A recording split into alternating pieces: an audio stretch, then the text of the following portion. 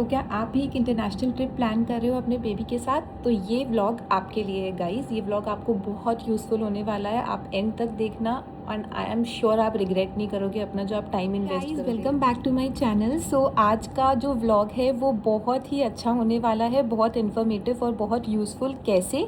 अगर आप अपने बेबी के साथ आप इंटरनेशनल ट्रिप प्लान कर रहे हो बहुत जल्दी, तो आपको यहाँ पे ये व्लॉग एंड तक ज़रूर देखना चाहिए, क्योंकि इसमें आपको A to Z सारा चीज़ का इन्फॉर्मेशन मिलने वाला है जो आपको आपके बेबी के लिए बहुत हेल्प करेगा। एज़ अ न्यू मॉम और एज़ अ टॉडलर मॉम, जब मैंने एक डिसाइड किया, या मैंने और मेरे हस्बैंड ने डिसाइड किया कि हमें एक ट्रिप कर लेना चाहिए, बिकॉज हम लोग लास्ट गए थे थाईलैंड अराउंड 2.5 years अगो। सो अब टाइम आ गया है कि हम लोग एक नया कंट्री एक्सप्लोर करें। कहाँ जा रहे हैं उसके लिए आपको आगे का व्लॉग्स देखना पड़ेगा गाइस। सो अभी का टॉपिक ये है कि अगर हम अपना बेबी के संग एक इंटरनेशनल ट्रिप प्लान कर रहे हैं तो हमारे दिमाग में क्या क्या थॉट्स आते हैं अपने बेबी के सामान को लेकर, और हम लोग क्यों स्ट्रेसफुल रहते हैं। क्योंकि अगर हम अपने बेबी को पूरा घर में मैनेज करें तो वी नो कि उसको क्या क्या रिक्वायरमेंट है, बट अगर हम लोग को कहीं बाहर जाना पड़े और स्पेशली इंटरनेशनल ट्रिप अगर आप कर रहे हो, तो हमारे मन में ये क्वेश्चन हमेशा रहता है कि कोई भी चीज़ की कमी ना हो जिसके कारण हमारा ट्रिप में कोई दिक्कत आए या फिर बेबी को कोई भी प्रॉब्लम हो। तो हम लोग प्रिकॉशनरी मेजर के लिए सब कुछ एक्स्ट्रा ही लेके जाते हैं, मे नॉट नीडेड, बट हम लोग को लगता है कि हो सकता है कि हम लोग को यूज़ आ जाए, तो हम लोग वो सब सामान लेके जाते ही हैं। तो जब मैं अपना ट्रिप प्लान कर रही थी तो मेरे दिमाग में एक्साइटमेंट के साथ, मैं झूठ नहीं बोलूँगी, बहुत स्ट्रेस था और बहुत स्ट्रेस है, क्योंकि जब तक आप ये व्लॉग देखोगे तब तक शायद हम लोग ट्रिप करके आ गए होंगे। मतलब मैं अपना बता रही हूँ, अपना एक्सपीरियंस शेयर कर रही हूँ कि हम लोग जब भी ये एक्सपीरियंस, मतलब ये थॉट भी लाते थे कि हम लोगों को बाहर जाना है, बिकॉज यही टाइम है, एक बार स्कूल स्टार्ट हो जाएगा उसके बाद आप नहीं जा पाओगे। तो हम लोग को लगता था कि हम लोग कैसे मैनेज करेंगे खाना पीना, और इंटरनेशनली आपको इतना अच्छा सामान खाने का मिलता भी नहीं है। लेकिन मैंने बहुत रिसर्च के बाद, बहुत सारे नोट्स के बाद एक चीज़ प्रिपेयर किया है, जिससे कि मुझे तो यूज़फुल है ही, बट आप लोग को भी बहुत यूज़फुल होने वाला है। सो अगर हम लोग इस व्लॉग में डिस्कस करें कि हम लोगों को क्या क्या सामान अपने बेबी के लिए रखना चाहिए, तो सबसे पहला होता है, आपको ट्रिप प्लान करने से पहले उसका पासपोर्ट अरेंज करना है। पासपोर्ट का प्रोसेस मेरे ऑलरेडी यूट्यूब चैनल पे है, आप देख सकते हो। बहुत इजी है और बहुत क्विकली हो जाएगा अगर आप सही चीज़ फॉलो कर रहे हो, आपको सब कुछ पता है, तो आप मेरा यूट्यूब चैनल में ज़रूर देखना। और सेकंड, आपको जगह डिसाइड करना है जो बेबी फ्रेंडली हो। आप फर्स्ट टाइम अगर जा रहे हो इंटरनेशनल ट्रिप पे, तो आपको वैसा जगह नहीं चूज़ करना है जहाँ पे आप खुद कंफर्टेबल नहीं हो, तो आप बेबी को भी कंफर्टेबल नहीं कर पाओगे, आप जितना भी सोच लो, बट नहीं, ये प्रॉब्लम होता ही है। सो आपको जगह देख के डिसाइड करना है। थर्ड, आपको वीज़ा के लिए प्रिपेयर रहना है, मतलब ऑनलाइन आप अप्लाई कर लो वीज़ा अपने बेबी का, पासपोर्ट आने के बाद आराम से हो जाएगा। ये तो हो गया डॉक्यूमेंट्स का पार्ट। सो आप बर्थ सर्टिफिकेट का कॉपी रखना इंटरनेशनल ट्रिप के लिए, उसका पासपोर्ट, उसका birth certificate, that is enough. और ई वीज़ा तो रहेगा ही, मतलब अगर आप ई वीज़ा के लिए अप्लाई कर रहे हो। उसके बाद आता है उसका इसेंशियल्स। इसेंशियल्स में सबसे इंपॉर्टेंट है डाइपर, क्योंकि अगर आप बाहर ले जा रहे हो तो आप उसको डाइपर फ्री टाइम नहीं दे सकते हो। सपोज़ हम लोग जा रहे हैं 10 दिन के ट्रिप के लिए, तो हम, मतलब मेरे बेबी का क्या पैटर्न है कि 4 to 5 डाइपर्स रहता है, तो 10 दिन के लिए अगर आप 5 करोगे तो 50। सो आप प्रिकॉशनरी 60 डाइपर्स लेके जाओ, भले यूज़ आए नहीं आए। लोग बोलते हैं कि बाहर मिल जाता है, बट बेबी के संग हम कोई रिस्क नहीं लेना चाहते। हम अपना सामान कम ले लेंगे, लेकिन बेबी के लिए आप कोई भी सामान कम नहीं लोगे। So 60 diapers is enough for a 10-day trip. I am talking this about 10-day trip. 10 × 5 50 plus 10 extra, so 60 हो गया। वाइप्स ले लो। उसके बाद जो डिस्पोजेबल बैग्स आता है डाइपर के लिए, मैंने अमेज़न से ऑर्डर किया, अगर आपको चाहिए तो मैं आपको लिंक दे दूँगी। सो वो ईज़ी टू कैरी होता है, क्योंकि अगर आप घर से प्लास्टिक ले जाओगे तो वो अननेसेसरीली जगह बहुत लेगा। उसके बाद उसका जो भी फीडिंग एसेंशियल्स है, मतलब मैं यूटेंसिल्स का बात कर रही हूँ, तो आप वो लो, जो भी है, स्पून है, बोल है, उसके बाद उसका बिब है, तो ये सब आप ले लो। उसके बाद रेडी टू मेड फूड, मतलब आपका बेबी जो भी खाए आपको रेडी टू मेड फूड रखना ही है। सेरेलैक हो गया, उसके बाद सूजी, रागी, ओट्स, देन नट पाउडर, उसके बाद थोड़ा बहुत स्नैक्स जो आपका बेबी खाता है।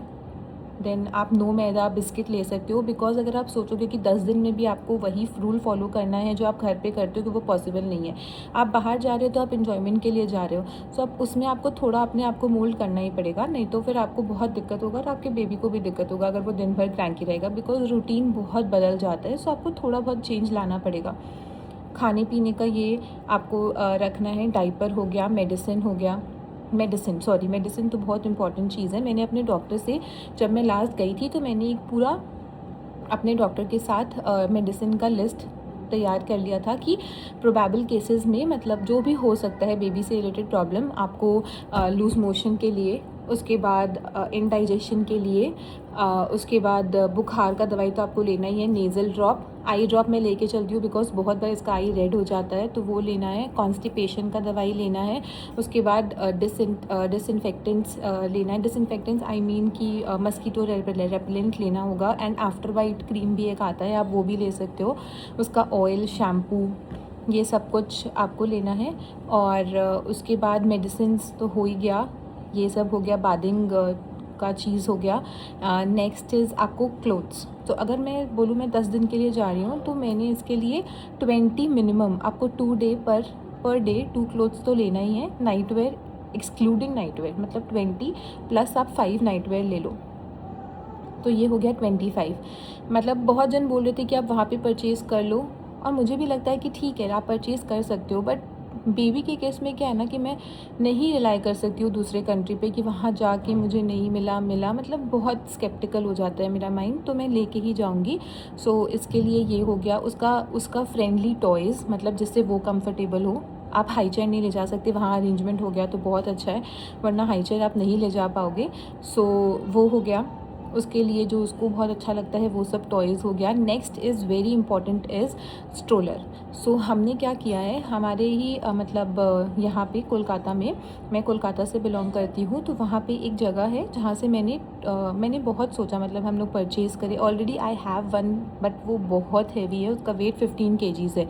सो नॉट पॉसिबल कि मैं 15 केजीज़ कैरी करूँ, मतलब बहुत डिफ़िकल्ट हो जाएगा। ऑल्दो मतलब एक लेना इज़, आई डोंट नो मतलब सही रहेगा कि नहीं रहेगा, लेकिन एक नया परचेज़ करना और इस स्टेज में, मतलब जब अब इन लोग प्रैम में बैठना इन लोग का कम ही होते रहेगा।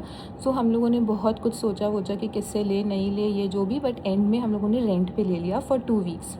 सो हम लोग का पर्पज़ सॉल्व हो गया।